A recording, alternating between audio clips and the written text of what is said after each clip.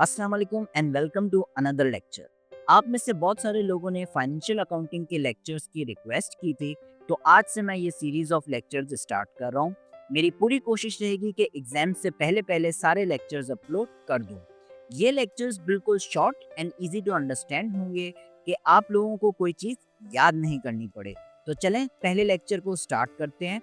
इस लेक्चर में हम बात करेंगे what is financial accounting. Financial accounting is the process of recording, summarizing and reporting a business's financial transactions. इसका मतलब क्या होता है? आसान अल्फाज में फाइनेंशियल अकाउंटिंग का मतलब ये होता है कि आप एक तरह से डायरी मेंटेन कर रहे हैं। आपने देखा होगा छोटे छोटे बिजनेसेस जो लोग चला रहे होते हैं, अक्सर वो एक डायरी मेंटेन करते हैं। फाइनेंशियल अकाउंटिंग भी बिल्कुल उसी की तरह है। वो डायरी होती क्यों है? ताकि हम उसमें अपने जितने भी पर्सनल आपके एक्सपेंसेस हों, कितना पैसा आ रहा है, कितना पैसा जा रहा है, ये सब नोट करने के लिए हम वो डायरी यूज़ करते हैं।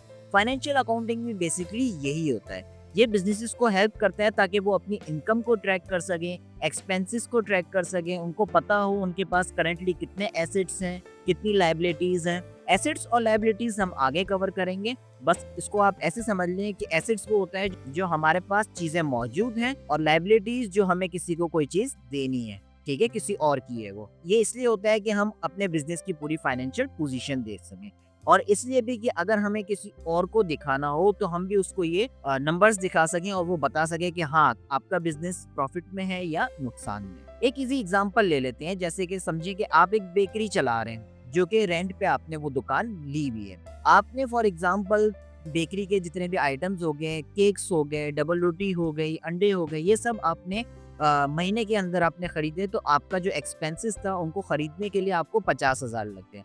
वो आपने मुख्तलिफ कस्टमर्स को पूरे महीने में बेचे और आपने उससे 80,000 रुपए कमाए। अब आपका एक और एक्सपेंस यहाँ पे ये होता है, क्योंकि आपकी जो दुकान है वो रेंट पे है, तो रेंट का हो गया, आपको वहाँ पे यूटिलिटी बिल्स आपके हो गए, ये सब कुछ आपको देना पड़ेगा। तो उसके समझने के पर महीने जो है वो आपकी अमाउंट हो गई 10,000। ये नंबर्स वैसे ही आपको कुछ नहीं बताएंगे, लेकिन फाइनेंशियल अकाउंटिंग ये आपको हेल्प करेगा किस तरीके से, कि वो आपको बताएगा कि आप जो ये नंबर्स हैं इसको किस तरीके से आप कहाँ यूज़ करेंगे, ताकि आपको सही से एक्चुअली पता चल सके कि क्या आपका बिजनेस जो है वो प्रॉफिट में है या लॉस में है। तो फाइनेंशियल अकाउंटिंग क्या करता है? ये आपको मदद देता है कि आपके बिजनेस की जितनी भी फाइनेंशियल ट्रांजैक्शंस वगैरह होती है, मॉनेटरी ट्रांजैक्शंस जो होती है, उनको ये रिकॉर्ड करने में हेल्प करता है। उसको फाइनली आपका समराइज करने में हेल्प करता है कि आपको पता चल सके कि कहाँ पे कितने पैसे यूज हुए हैं, और फाइनली अगर आपको ये किसी और को शो करना है तो उसमें भी आपको ये मदद दे सके।